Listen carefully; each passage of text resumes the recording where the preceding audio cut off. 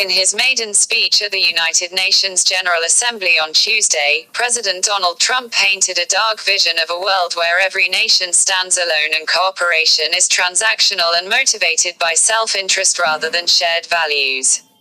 Standing before the representatives of the 193 member states of the United Nations, Trump delivered a perfect distillation of his hyper-nationalist America First worldview adapted for the world stage.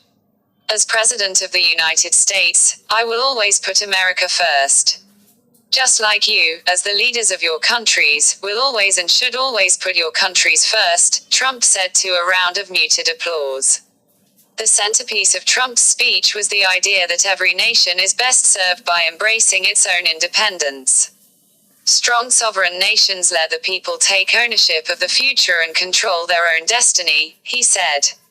He defended the US's right to push back against the norms of international trade, lamented the costs of immigration on countries, and said that the US has no interest in dictating how other countries should conduct their own affairs.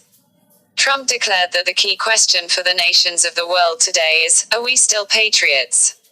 Do we love our nations enough to protect the sovereignty and to take ownership of the futures? The UN General Assembly is a place where countries come together to try to come up with collective solutions to global problems. Trump's message was that for the most part, every country is on its own when trying to manage them. This isn't the kind of rhetoric you typically hear from the US in recent years. Last year, for example, President Barack Obama used his UN speech to press for global solutions to the refugee crisis and climate change. Together, now, we have to open our hearts and do more to help refugees who are desperate for a home, he said in a typical passage.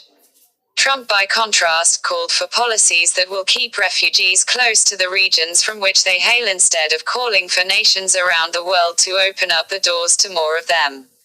And climate change simply didn't come up. Trump did make one resolute call for cooperation, and that was under the banner of reining in rogue regimes. The three that he singled out most aggressively were North Korea, Iran, and Venezuela. On North Korea, Trump elicited astonished gasps from the audience when he offered one of the bluntest threats he's ever issued against the country. The United States has great strength and patience, but if it is forced to defend itself or its allies, we will have no choice but to totally destroy North Korea, Trump said.